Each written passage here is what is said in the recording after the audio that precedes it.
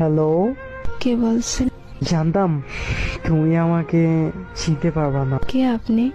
হুম, তোমার সেই পাগল, সে তোমাকে পাগলের মতো ভালোবাসতো। ও আচ্ছা, আপনি তো ফোন দিয়েছেন কেন? আমি ফোন রাখলাম। একটু দাঁড়াও, একটু কথা বলবো শুধু।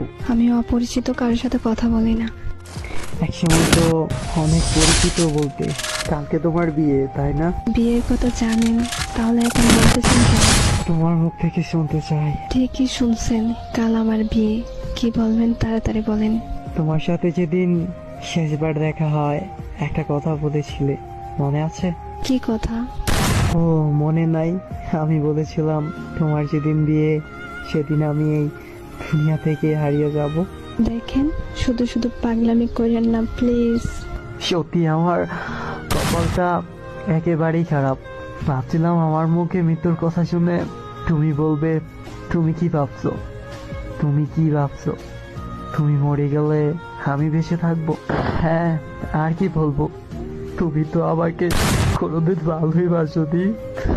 একা হয়ে গেছি আমি, একেবারে একা। চুপ করেন, এমন করে কেন কথা বলতেছেন? সমস্যা নাই, একটু পর নিশ্চুপ হয়ে যাব। শোনো না, আমার অনেক কষ্ট হচ্ছে। এখন তুমি কোথায় আছো বলো না, প্লিজ বলো কোথায় আছো তুমি। আমি বলতে পারবো না, আর জেনে কোনো লাভ নাই।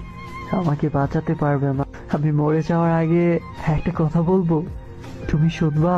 হুম, বলো তুমি, শুনবো। জানো, অনেক স্বপ্ন ছিল তোমারে দিয়া, তোমার কোলে মাথা রাইখা ঘুমাবো। আমার অনেক কষ্ট হচ্ছে, সত্যি অনেক কষ্ট হইতেছে আমার। আমার সময় শেষ, ভালো থেকো তুমি, নিজের খেয়াল রেখো। কোথায় যাবা তুমি? কি হলো, কিছু বলতেছো না কেন? হ্যালো।